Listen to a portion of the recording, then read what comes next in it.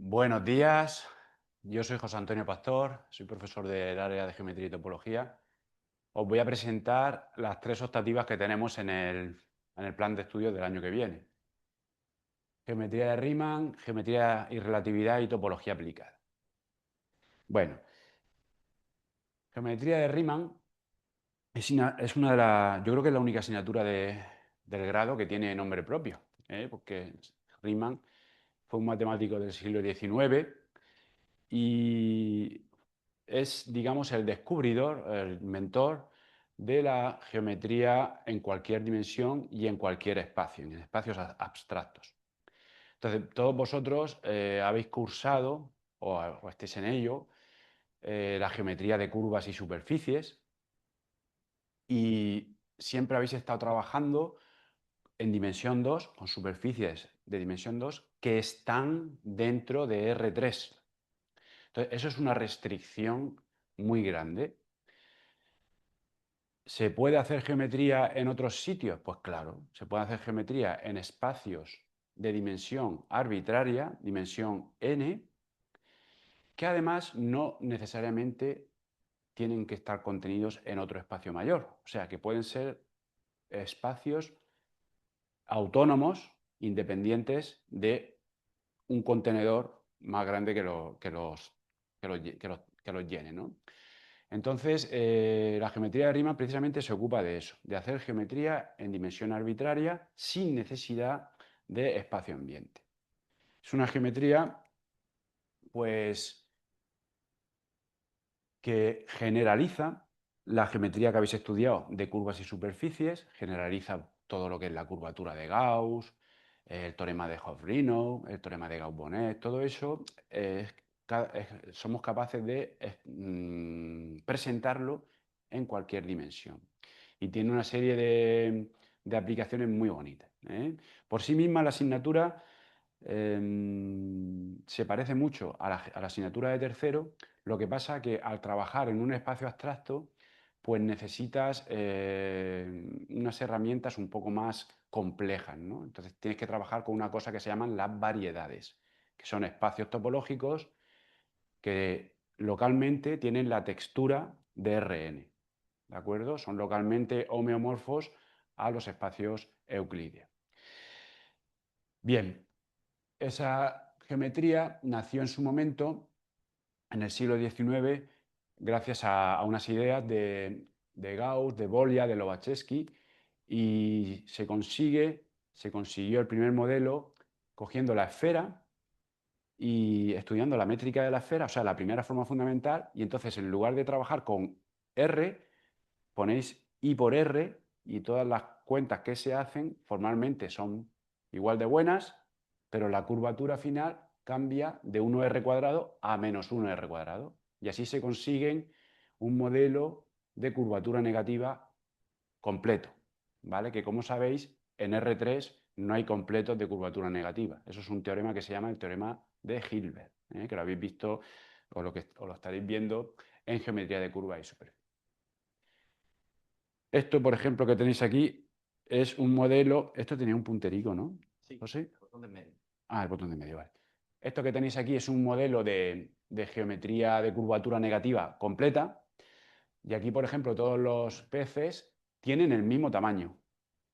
¿De acuerdo? Entonces, esta geometría es muy chula porque te da mucha libertad. No estás, digamos, obligado a pensar como cosas dentro de R3, porque en R3, por ejemplo, pues esta silla y esta silla tienen el mismo tamaño.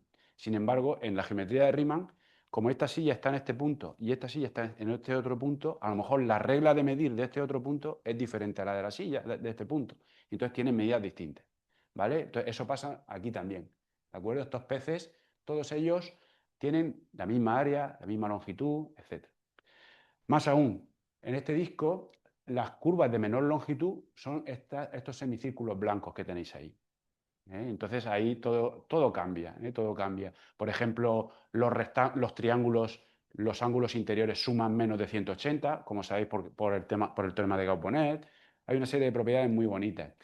Todos los triángulos, no hay triángulos semejantes, todos los triángulos son o son iguales o no son iguales, pero no hay triángulos semejantes, ¿vale? Si tienen si tienen los tres ángulos interiores iguales, o son el mismo triángulo o no hay semejanza de triángulo. O sea, hay una serie de propiedades muy curiosas. Y luego hay infinitas paralelas. ¿Por qué hay infinitas paralelas? Pues, por ejemplo, porque si tenéis esta recta y un punto exterior a ella como esta de aquí, pues como por este punto pasan estas otras dos rectas, pues todas las rectas que consideréis entre medias de estas dos son infinitas y no cortan a la dada. ¿Vale? Bueno, estas son curiosidades. La geometría de Riemann da para mucho juego.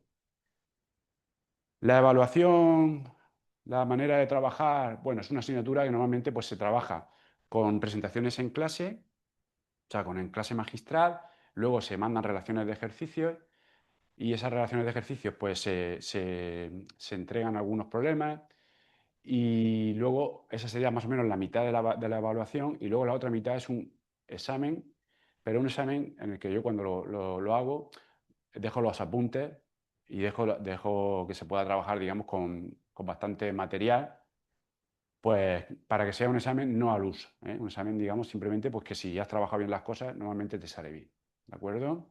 Es una asignatura que normalmente aprueba casi todo el mundo, este año ha aprobado todo el mundo, ¿eh? Y es una asignatura que se lleva bastante bien.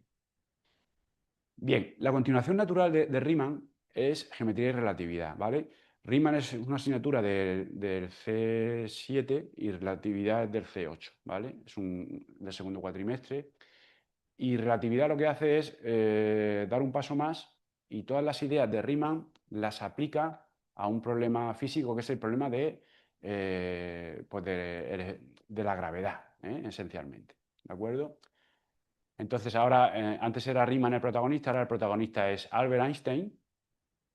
¿Y qué es lo que hizo Albert Einstein? Bueno, esencialmente, en primera instancia, Albert Einstein se dio cuenta de que el espacio y el tiempo, que hasta el siglo XX se consideraban entidades independientes, el espacio por un lado y el tiempo por otro, pues Albert Einstein formuló una teoría en la que el espacio y el tiempo se mezclaban.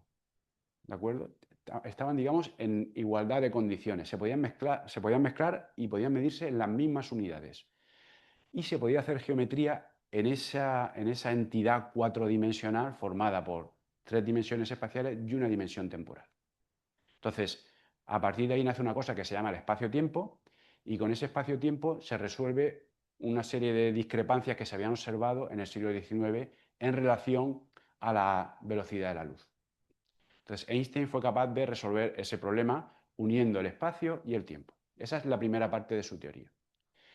La segunda parte de su teoría es la siguiente. Ese espacio-tiempo cuatridimensional, en primera instancia, cuando él lo define, es plano, no tiene curvatura, pero para explicar también otra serie de fenómenos que no se sabía justificar, pues fue capaz de hablar de la gravedad en lugar de como una fuerza atractiva, hablar de la gravedad como si fuera la curvatura de ese espacio-tiempo cuatridimensional.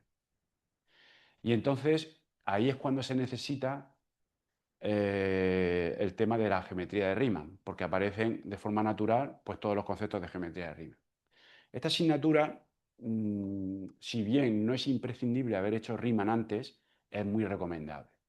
Entonces yo, por ejemplo, cuando la he dado, normalmente hago, para la gente que no ha hecho Riemann, hago una especie de un par de semanas de repaso de los contenidos más importantes de Riemann para que la gente que no haya hecho Riemann pues se pueda enganchar y pueda comprender las cosas que se explican después. Pero ya os digo que si hacéis Riemann, si tenéis ganas de hacer esta asignatura y os motiva a hacerla, es recomendable también coger Riemann porque se complementan muy bien. ¿De acuerdo? Es una continuación natural de Riemann. Bueno, aquí hay un ejemplo muy curioso de lo que os estoy diciendo, de que el espacio-tiempo está curvado, y es el siguiente. Mira, imaginad que esta niña, aquí hay un pozo que llega hasta el centro de la Tierra, ¿no? Y esta niña suelta dos pelotas. Esas dos pelotas van cayendo hacia el centro de la Tierra.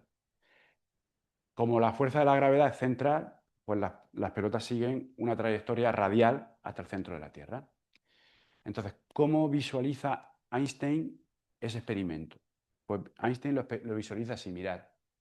Como cuatro dimensiones es muy difícil de ver, vamos a centrarnos únicamente en dos dimensiones.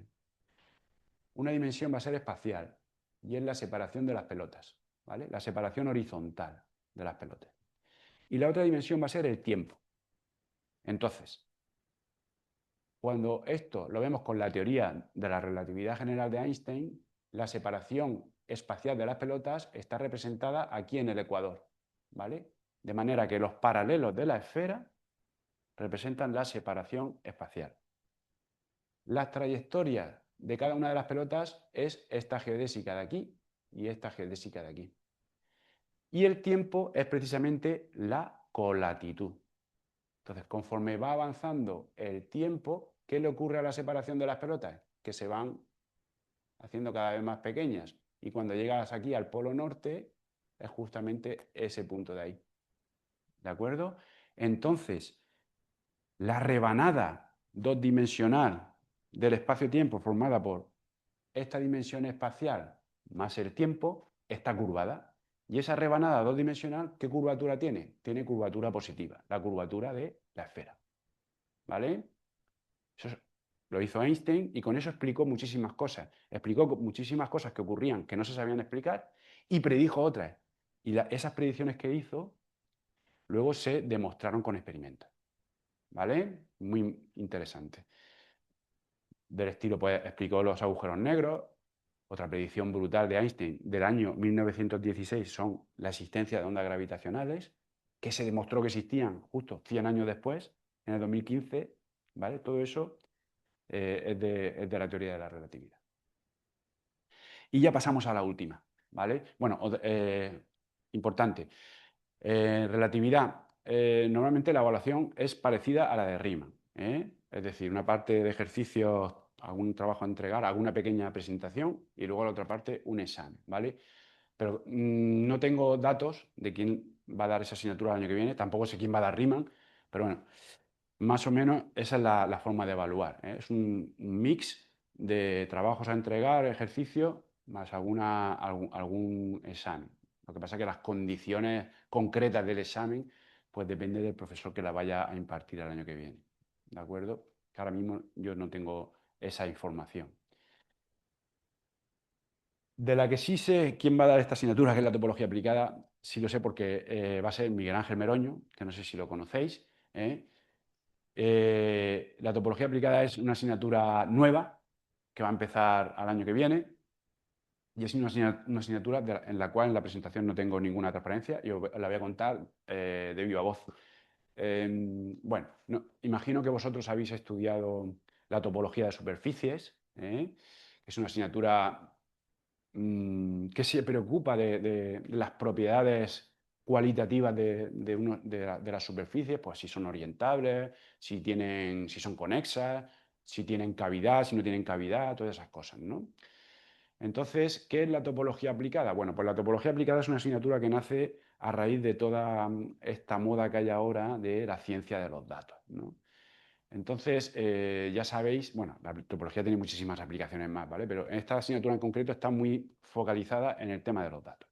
Entonces, es una asignatura que es para un perfil de estudiante, pues porque le guste, por ejemplo, la informática, ¿vale? Que le guste los ordenadores, porque se necesita usar ordenadores para la asignatura. Entonces, en esta asignatura lo que se hace es, primero, los datos cada vez son más abundantes, tenemos datos de todo, ¿vale? Y entonces los datos, digamos que forman una nube compleja de analizar, ¿eh? Con independencia de los métodos que puedan haber, métodos estadísticos, métodos, no sé, descriptivos, pero a veces resulta interesante no solamente ir a lo cuantitativo de los datos, sino ir a lo cualitativo, a la forma que puedan tener esos datos, ¿no? Entonces, esa forma está reflejada en la topología de esa nube de datos, ¿vale? Entonces tú puedes tener una nube de datos que además puede tener dimensión muy grande, pueden tener dimensiones pues, es que estén contenidas, por ejemplo, en R100 o en R1000, ¿vale? Y entonces, ¿cómo se analiza esa información cualitativa que hay en esos datos? Pues usando la topología. Y entonces usando en concreto una cosa que se llama homología. ¿Qué es la homología? Pues Cuando hacéis superficies, no sé si habéis estudiado una cosa que se llaman los complejos simpliciales. No sé, ¿os suena? Son en dimensión 0 son puntos, en dimensión 1 son aristas, en dimensión 2 son caras, en dimensión 3 son sólidos, ¿vale? Y entonces se estudia lo que se llama la homología de esos complejos. Entonces esos complejos nos dan información de esas nubes de datos. Y entonces, aparte de eso, claro, si fuera coger esa nube de datos, que son muchísimos datos, y tuviéramos que hacer la homología de toda esa nube, no hay ordenador que sea capaz de hacer eso, ¿vale? Porque son virtualmente infinitos datos, ¿vale? Virtualmente. Entonces, ¿qué es lo que se hace? Pues lo que se hace es usar una cosa que se llama, coges cada dato, cada punto, y entonces vas cogiendo como bolas de un cierto radio, y entonces se usa ahí unas cosas, unos conceptos muy bonitos, que se llama la homología persistente y cosas así, ¿no? Y entonces eres capaz de extraer información cualitativa de esos datos para saber, para extraer información y también, muy importante, para desechar el ruido. Es decir, datos que a lo mejor los has cogido de forma errónea y que no te sirven para nada. ¿De acuerdo? Entonces, todo eso se hace con técnicas de topología usando ordenadores y usando software, usando cosas, digamos, que están ahora mismo en la cresta de la ola. Ahora mismo ya sabéis que el tema de la inteligencia artificial, del machine learning, todo ese tipo de cosas está muy de moda y la topología aplicada a los datos es una de las puntas de lanza en ese ámbito. ¿Vale? Bien, aquí de nuevo la evaluación, Miguel Ángel me comentó pues que es una asignatura eminentemente práctica, ¿vale? Pues que se hacen prácticas de ordenador y todo eso, entonces es una asignatura que se va a basar fundamentalmente en práctica, aunque yo creo que también pondrá un pequeño examen, pero que valdrá muy poco del peso final, ¿de acuerdo? Y yo creo que es esto más o menos lo que os quería contar. Lamento ser un poco concreto en relación a los métodos de evaluación y todo eso, pero claro, dependemos de los profesores que vayan a impartir la asignatura, sobre todo Riemann y relatividad, que no, todavía a día de hoy no lo sabemos, pero en cualquier caso yo creo que las tres asignaturas son bastante bonitas y os podrían interesar. ¿Vale? ¿Queréis hacerme alguna pregunta? Un método de la tecnología aplicada. ¿Puedes contar algún caso de éxito de aplicar la tecnología? Sí, a ver, hay muchos casos, a ver, hay casos de éxitos, por ejemplo, en el trato de datos de enfermedades, ¿vale? Por ejemplo, en cosas en estilo en la evolución de un cáncer y cosas así Entonces tú, por ejemplo, yo no soy especialista en el tema, pero sé que Miguel Ángel, por ejemplo, trabaja directamente con gente de informática que a su vez trabaja directamente con médicos. Entonces, a lo mejor se hace un tag y ese tag es un montón de datos y tú a lo mejor a nivel pues tú ves el tag y no eres capaz de sacar nada, ninguna información, y entonces le metes análisis topológico de datos, y entonces puedes a lo mejor descubrir algunas estructuras que predicen que en X tiempo, pues ahí puede pasar algo malo. ¿Vale? Entonces, todo eso está ahora mismo pues desarrollándose y hay, digamos, mucha investigación que se hace en ese sentido y está funcionando muy bien. ¿Vale? Entonces, Miguel Ángel ahora mismo está muy metido en ese tema y pensamos nosotros que era un tema muy bonito porque está muy relacionado con la topología básica, pues para mezclar, digamos, matemáticas por un lado y aplicación directa a la vida diaria por otro. ¿Vale? ¿Alguna cosita más que me queréis preguntar? ¿No? Bueno, pues veremos el año que viene si Dios quiere.